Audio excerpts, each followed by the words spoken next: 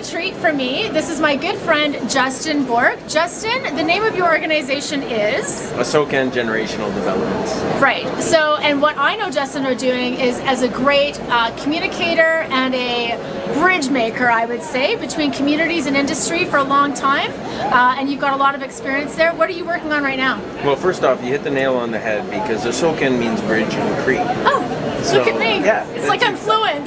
That is exactly it. Yeah. Awesome.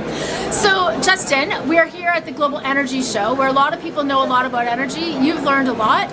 Tell me first about where you're from and what is like the things that you focus on, and what brings you to the Global Energy Show. For sure. So I'm from the Fort McMurray area, born and raised. Spent a lot of time working for industry proponents up in that area. Also been an elected official for my Indigenous community, the Willow Lake Métis Nation, where I learned this new relationship economic relationship that can be created between Indigenous communities and resource development companies. And since then I've started my own firm that helps facilitate Indigenous investment in resource development. So that's kind of the space I play in. Really leveraging loan guarantee and different access to capital opportunities for Indigenous groups to participate meaningfully in the developments that happen in their traditional territories. Unbelievable. So here at the Global Energy Show, I think quite a few people know what strong partnerships there are between industry and Indigenous communities. We talked a lot about that, as mentioned earlier with Minister Hodgson. What do you think is something that would surprise most Canadians about how industry, government, and Indigenous communities work together? Well, I think the surprising part is that historically the relationships have been strained between industry, government, and Indigenous groups, and that's not to say that we've turned the corner on it and things are all perfect. But there are tripartite groups that are working together, trying to find ways for meaningful participation, and I think that's unique in where we're at today. I think there's a lot of kind of people that still believe the past and the challenge, and that Indigenous groups are objecting to resource development and for different projects in the region, and I think the more and more there's calls from Indigenous groups for responsible development and wanting to be having a seat at the table right from the onset and be part of shaping what that project looks like, and we're kind of at that early stages where that stuff's starting to actually happen. Those conversations are happening, and there's more of an aligned interest between these groups. Right. And so for this audience too, kind of broadly, I think what you just said is true for sure of Indigenous, that they're like, we want to have a seat at the table, we want to be part of the conversation, we see that it matters, we see that there's prosperity that can help us with our affordability issues.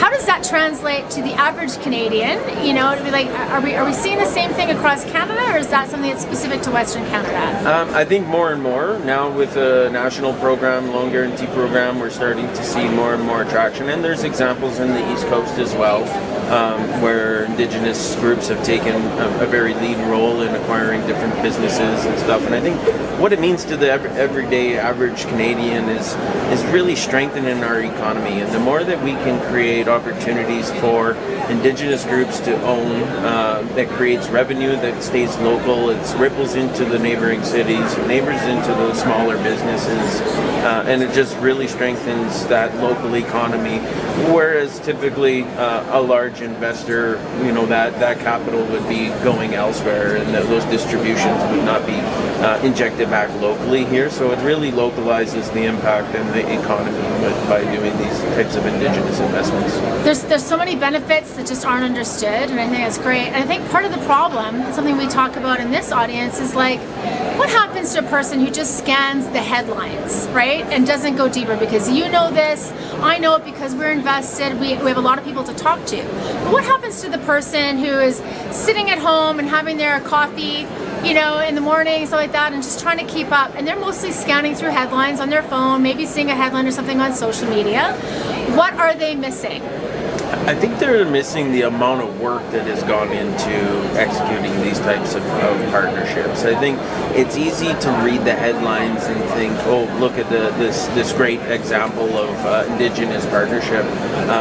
For somebody that's really in the trenches trying to work these transactions and trying to bring parties together and facilitate these types of opportunities, there's a lot of work, and there's a lot of aligning of groups that, coming from that history that I spoke about earlier, that challenge history, and to overcome some of that and build trust through this relationship is an important factor in whether it's successful or not. So reading a headline, it highlights the success, but it doesn't kind of capture the underlining efforts and what needs to happen in order for groups to come together that have historically been opposed.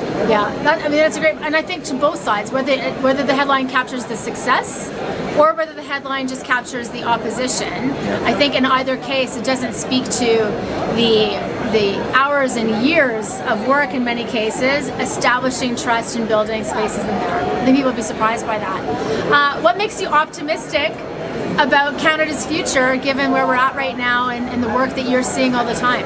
Yeah, well, look, I think common thread we're hearing so far on day one here at the Global Energy Show is that we need to develop, and we need to develop at a fairly high pace. There's a large opportunity for Canada at large to be a global supplier of responsible energy. We need all forms of energy. These are all some of the things that Minister Hodgson had noted in this morning's address.